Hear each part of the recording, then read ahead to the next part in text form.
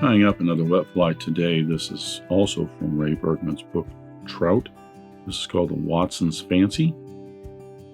Handsome little fly with the dark colors and the mixed up, I should say split color of the body, the black and the red there. What I do know of this fly is it originated in Scotland, I think, and I think the original body was a dubbed body, not Floss. But this recipe is from the book, Ray Bergman's book on trout. So some people will call this the American version of the Watson's Fancy because of the floss body, and I think the golden tippet in the tail. Just a handsome fly, fun to tie. That's the Watson's Fancy, and I'll get started tying.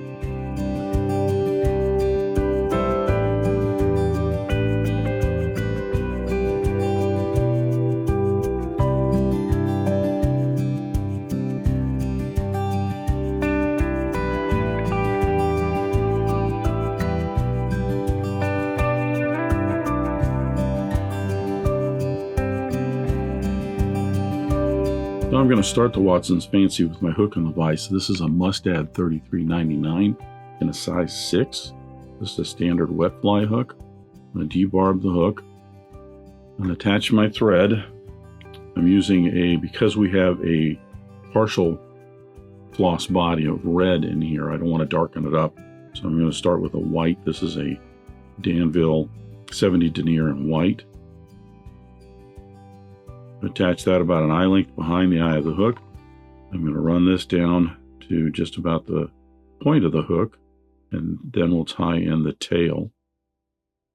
Now the tail on this version is golden pheasant tippet.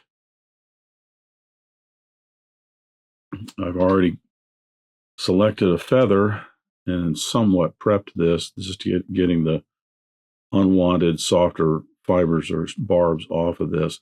What I'm looking for is I just want to have a length hopefully long enough to get all the way under that floss so I get a smooth body.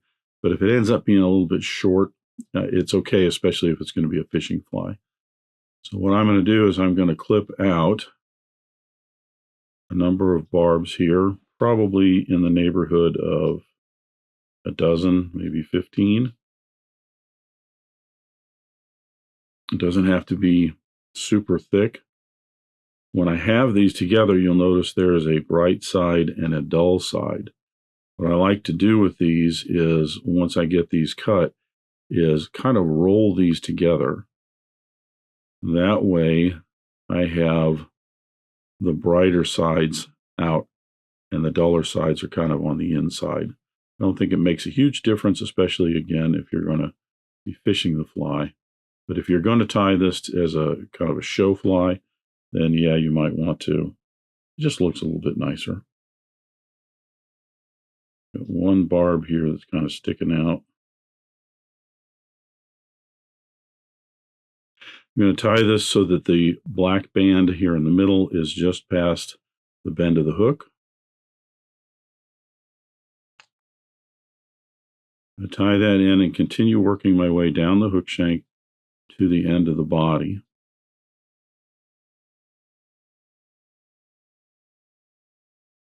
Back off one wrap there. I don't want to go past the bend because then it tends to want to push the tail down. So there is a rib, and the rib is this gold tinsel. I'm using a Danville size 16 and 18 silver and gold Mylar tinsel. I'm going to tie this in with the silver side out.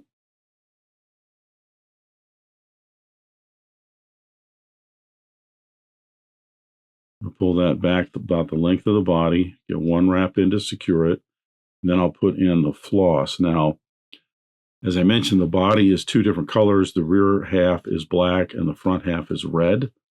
And I'm using a Danville 4-strand Rayon floss in red and black for this. Not using all 4 strands though. I'm only going to use 2 of the 4 strands because with the pheasant tippet underneath there, it kind of bulks it up just a little bit. You could go ahead and use 4 if you want to. I just like to keep it a little bit thinner. So I'm just using 2 strands. I'm going to pull this back the length of the body.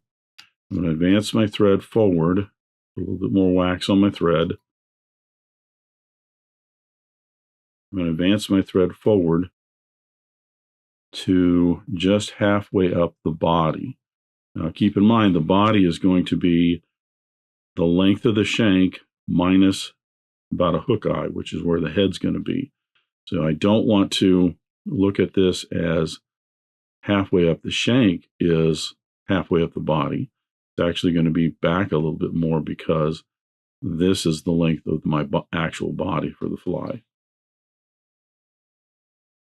It'll take you a couple of times to kind of get used to that.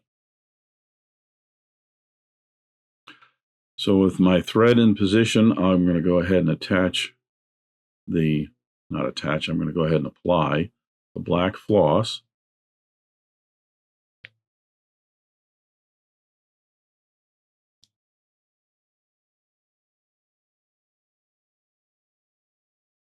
I'm just going to put this on nice and smooth. Now the trick here with the Watson's Fancy, because you have this change in floss, is to try and make it as smooth as possible. You don't want to have a pronounced bump here where the red floss is then applied. Trim that the length there. Some of this, if you really scrutinize this close, some of this is kind of unavoidable because of the fact under this portion of the body, I've got the golden pheasant tippet and some thread wraps underneath those black wraps. Under this one, I have I have a little bit of the black floss too, but I have the golden pheasant tippet and then 2 pieces of the black floss.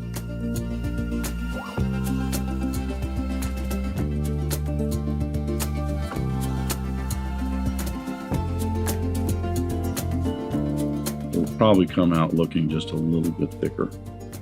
So same thing with the red floss. I'm going to just use 2 strands. I'll cut 4 out here and I'll just select 2 strands.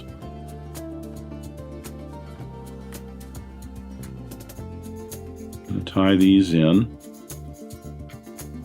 These I'm going to pull back a little bit further back because, again, I'm trying not to bulk that up too much. And pull those just a little bit further. Now notice I also only had 2 wraps of thread right there in the middle. You don't want to put in a number of wraps of thread because it's going to end up bulking up this underbody.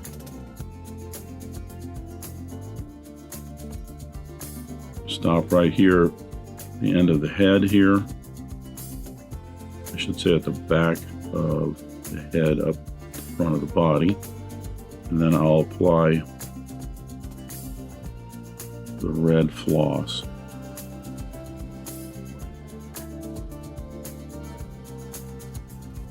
Probably more important that you have a nice smooth transition there between the 2 of them. You don't have any gaps.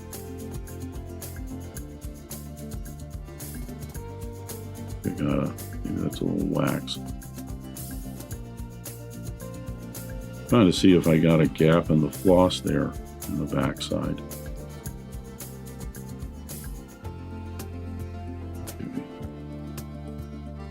I did shred a little bit of that floss. Easy to do this time of year with drier hands, but we can fix that in just a second. Got a few thread wraps to secure that in, and then trim away the excess. Now if you've got some nice pointed scissors, you can get in there and get that, or a lot of times just some tweezers.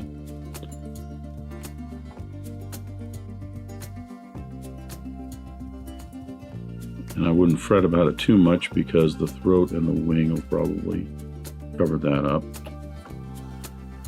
I got a little bit of bulk right in the middle there, and it looks like I have, I think that's wax. Yeah, I think that's just some wax on from the thread that's coming off. Now, if you did have that, and let's just say you were doing this to frame, when you put the black in, you would probably want to double check that you didn't have anything showing then, because you could unwrap it before you cut it. But if you did notice that, you could take a Sharpie and just put a little dot right over there just to cover that up.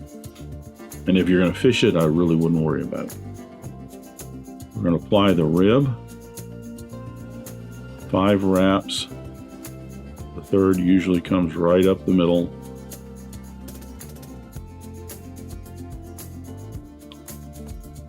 And the 6th wrap comes right up inside the head space.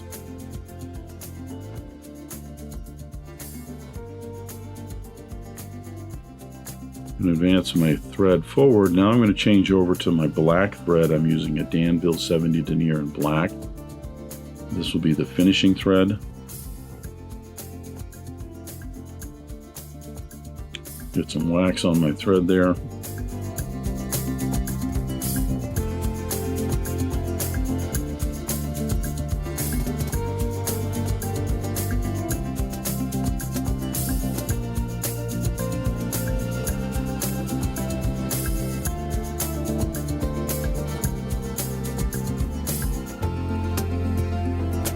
Now I'm going to tie in the throat. For the throat, it's just some black hackle. I'm using some black schlappen for this. I've already got mine prepped. So I'm going to set this up underneath. I want the tips of the throat to go back about to the barb of the hook.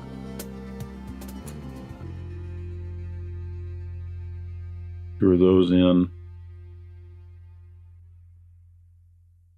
Trim away the excess. I'm going to smooth this off here for the wing. The wing is just black. I'm using some goose quill for this size hook. If this were a size 8, definitely like a 10 or a 12, I would probably be using some duck. And I've got my slips already cut out here, so I take my right in one hand and I place the left right on top of it, and I can peel that off the feather. Then I want to even up the tips first. With the tips all evened up there, I can see how wide they are. I think the left side is much wider than the right side. Must not have been wearing my glasses when I cut that. That's fine, because we can just take our bodkin and put it in here and peel that out, and that's enough to potentially set aside for another wing.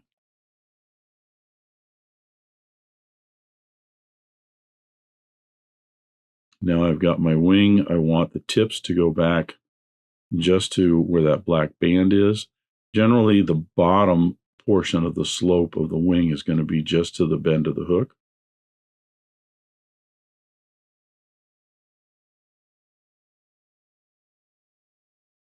Little pinch and loop. I get those secured in.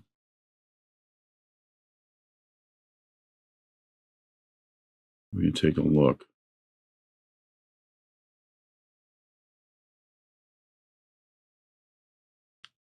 It looks good, so we can trim away the excess. Now I'll bring my thread down to behind the eye of the hook and start shaping the head of the fly. This will bring the thread back on top of the butt ends of that wing. The thread won't slip off of them, and it allows me to shape just a nice transition for the head. Once I have that done, I will flatten the thread and put in a whip finish, a little bit of head cement, I'll put some fly tight on this, which is a thinner head cement that will soak down into the thread wraps. And then I'll come back, I'll put 2 coats of clear lacquer on it and 1 coat of a black lacquer. And we'll have that nice glossy head that is on so many of these pretty little wet flies.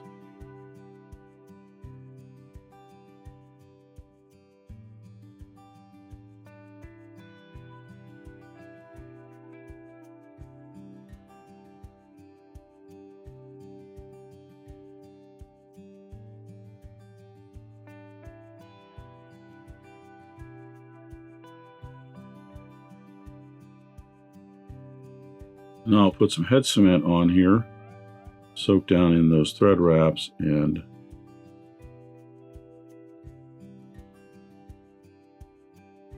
secure all of that. I'll come back, like I said, with a couple coats of clear lacquer and some black lacquer on top of that, and that will finish the Watson's Fancy.